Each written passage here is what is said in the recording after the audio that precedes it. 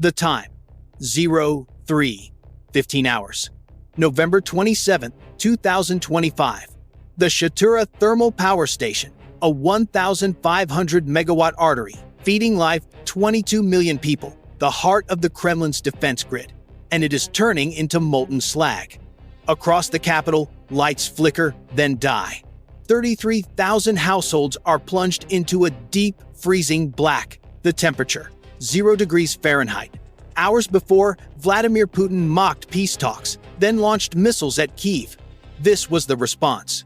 Rewind 28 minutes. The time is 02:47 hours. 75 miles outside Moscow, 30 Ukrainian AN-196 Lyutyi drones slice through the freezing night. These military machines have flown over 200 miles from the border, an endurance run at the edge of physics.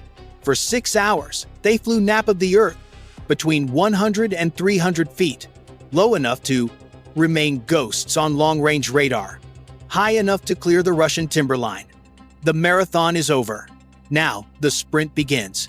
Distance to target, 5 miles. Countdown, 94 seconds. In a Kyiv bunker, on encrypted monitors, the objective glows. 3 massive step-up transformers, each a 10-ton beast filled with 40,000 liters of highly flammable dielectric oil. Losing one is an inconvenience. Losing all 3 is a catastrophic overload. A blow that will cripple the Kremlin's entire warfare command structure for at least 72 hours. While Putin was busy mocking peace delegations, his air force was in motion. 295 bombers launching Kinzhal missiles into Kyiv's residential districts. He wanted to freeze Ukrainian families in the dark. A war analysis of his strategy shows a clear pattern, but he never anticipated this counterstrike. Standing between the drones and a total blackout is the single densest air defense network on the planet. The tactical map is bleeding red, saturated with rings of Panzer-Sohn and S-400 batteries. Russian troops stare at their screens, confident, waiting for targets to appear at standard altitude. A textbook engagement. What they don't know is the real threat isn't in the sky. The final 10 drones in the strike package drop into a narrow southern valley. They level out at 20 feet, lower than the roof of a 2-story house. The clock strikes 03:13 hours. The lead-10 drones receive a single line of code. It overrides their survival protocols. Simultaneously, 10 engines scream to maximum RPM. The drones pitch their noses up 20 degrees, climbing aggressively from the radar shadow, straight into the kill zone at 12,000 feet. They are no longer hiding. They are bait. A military update screaming their position to every sensor in the sector. 10 miles north of the power station, inside the command vehicle of an S-400 Triumph battery, the quiet of the night shift shatters. Alarms blare. The 92 N6E Gravestone radar, a piece of defense technology capable of tracking 100 targets simultaneously, paints 10 bright, hostile vectors on the main scope. To the Russian senior Lieutenant Manning, the console, he sees 10 slow-moving bogies. He does not see decoys. He shouts the order, track, fire for effect. The S-400 defense systems do not hesitate. Launch tubes vertically eject 448 N6DM missiles. Gas generators kick 2-ton cylinders 10 meters into the air. Then, solid rocket motors ignite. These modern weapons are marvels of engineering. They hit Mach 6 over 4,500 miles per hour in seconds. But against a fiberglass drone doing 90 knots, using these weapons is like swatting a fly with a freight train. Up at 12,000 feet, the sacrificial drones have played their part. A steady, deliberate climb. No flares, no jammers, no evasive maneuvers. Their sole purpose is to exist, long enough to be destroyed. The lead Russian interceptor closes the distance in 9 seconds. Its semi-active radar seeker paints the target.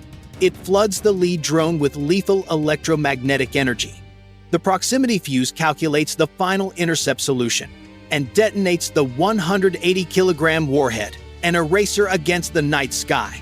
The blast wave vaporizes the drone instantly, turning cheap electronics and Ukrainian fiberglass into an expanding cloud of plasma. 3 seconds later, the remaining modern weapons find their marks. The sky over Shatura flashes white, then orange. 10 fireballs cascade toward the frozen earth. Inside the S-400 cabin, the crew celebrates. The senior lieutenant reports to Moscow Command Target Group. Eliminated. Airspace clear. He is ecstatic. A perfect 100% kill ratio in under 60 seconds. What this military soldier fails to realize is that he just fired $14 million worth of premier interceptors to destroy $200,000 of flying targets. He didn't win a battle. He just emptied his magazines for the real threat, now spooling up in the darkness below. The air is still thick with falling debris when the radar operator's expression freezes. It vanishes. New contacts, he whispers, his voice tight. Multiple. Low altitude. And fast. The celebration lasted exactly 40 seconds. Wave 2 is here. 3:14 a.m. The medium-range radar scope flickers. It solidifies. 10 new contacts. Altitude, 3,000 feet. Range, 8 miles, and closing. The S-400 troops are useless here. They're powerful.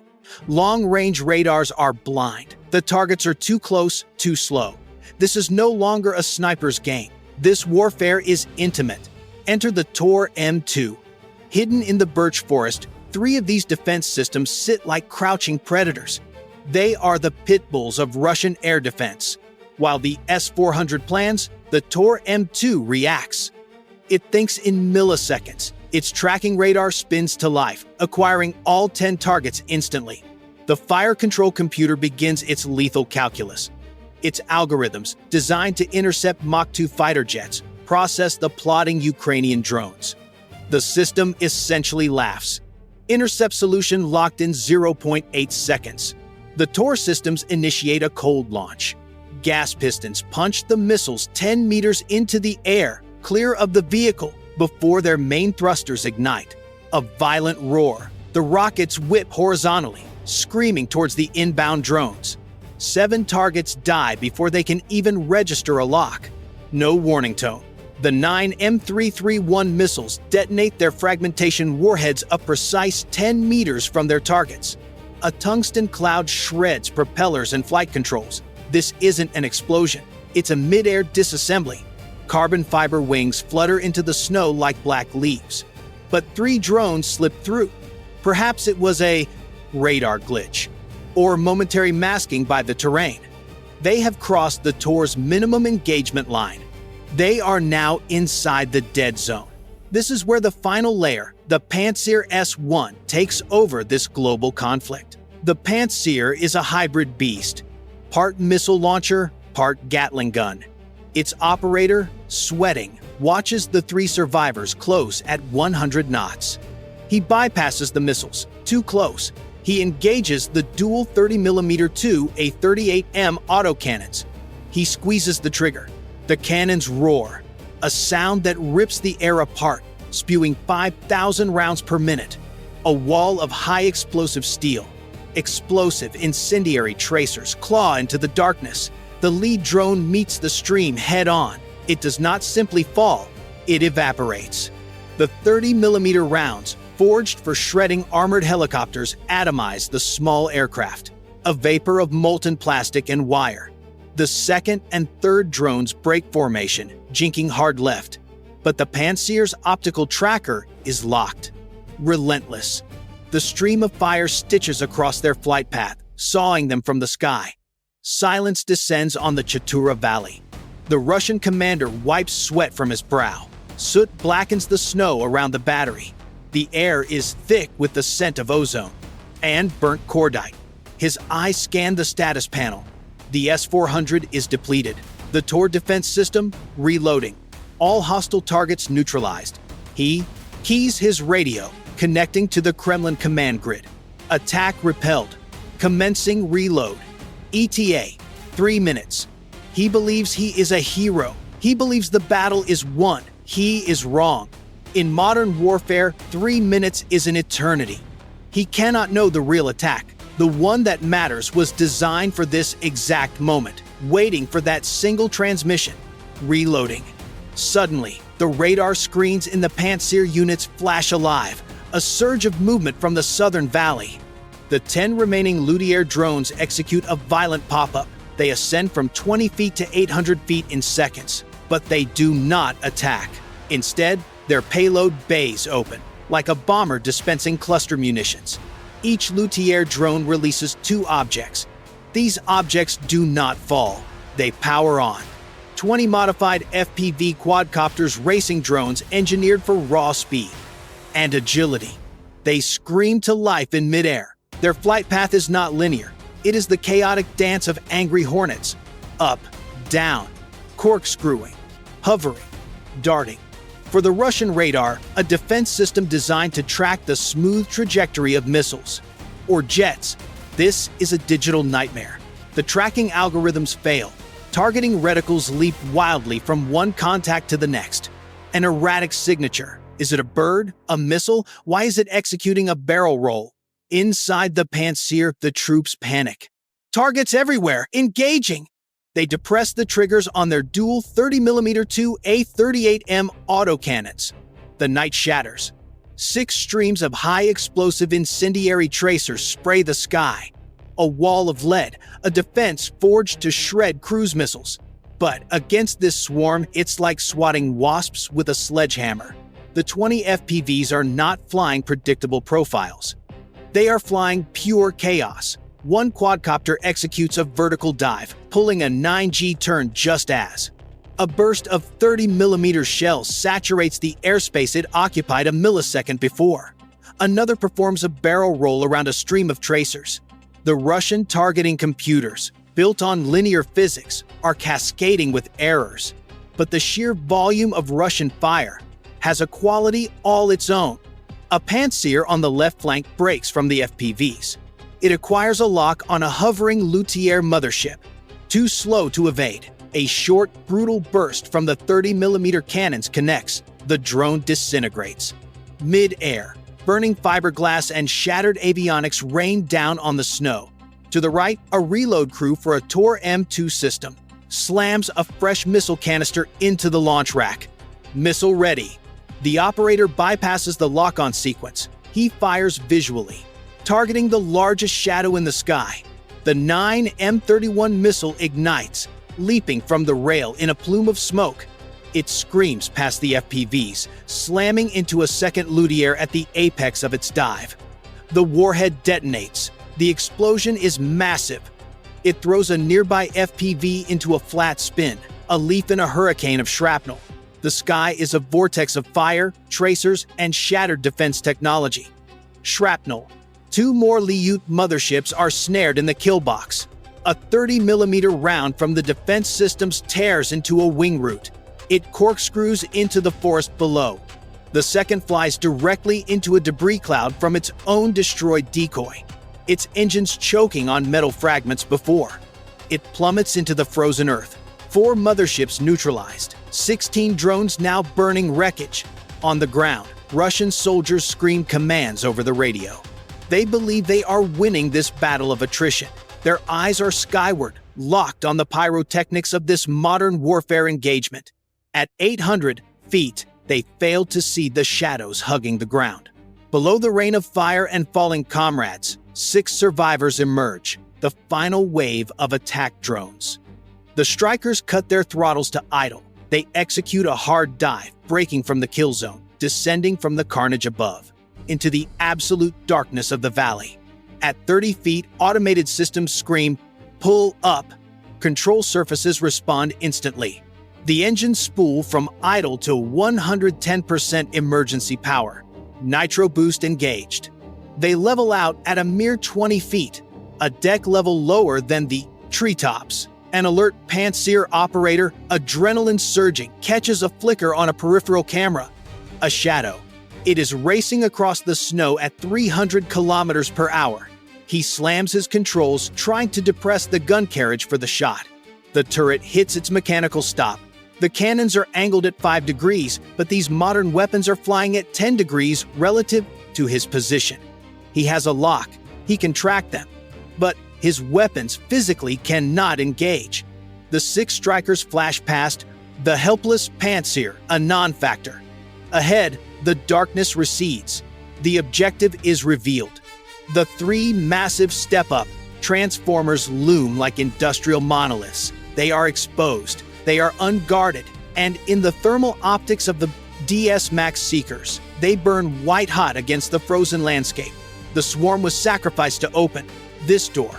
That door is now wide open. Impact in 3, 2, 1. The 28-kilogram warhead detonates, a shaped charge designed to pierce, not blast. A super-plasticized jet of molten copper, traveling at 23,000 feet per second, punches through the transformer's steel casing like a hot needle through fabric. Inside, 40,000 liters of superheated dielectric oil flash vaporize on contact with the air. The result is a bleave. A boiling liquid expanding vapor explosion. A fireball the size of a 10-story building blossoms in the night, consuming the switchyard's northern sector. The Russian army might have saved the grid if the attack had ended. There, redundancy protocols engaged, circuit breakers tripped. The grid automatically attempted to shift the load to Unit Beta and Unit Gamma.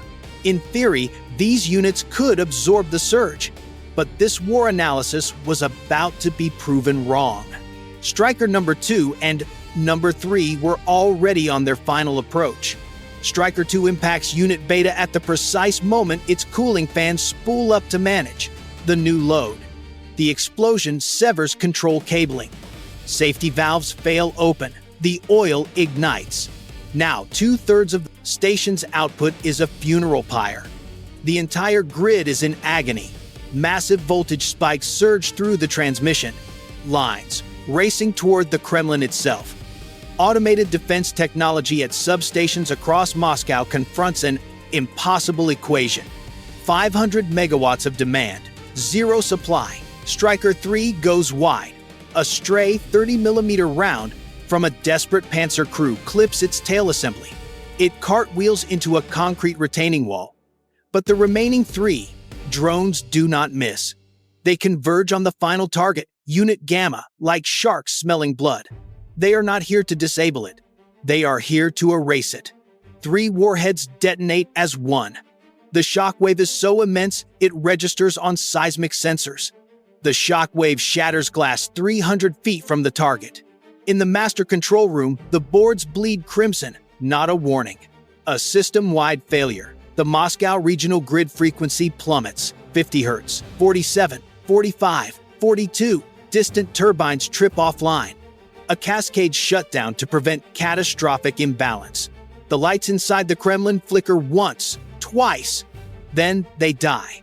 Along the MKAD Ring Road, streetlights extinguish in a wave, a ripple of darkness racing across the city.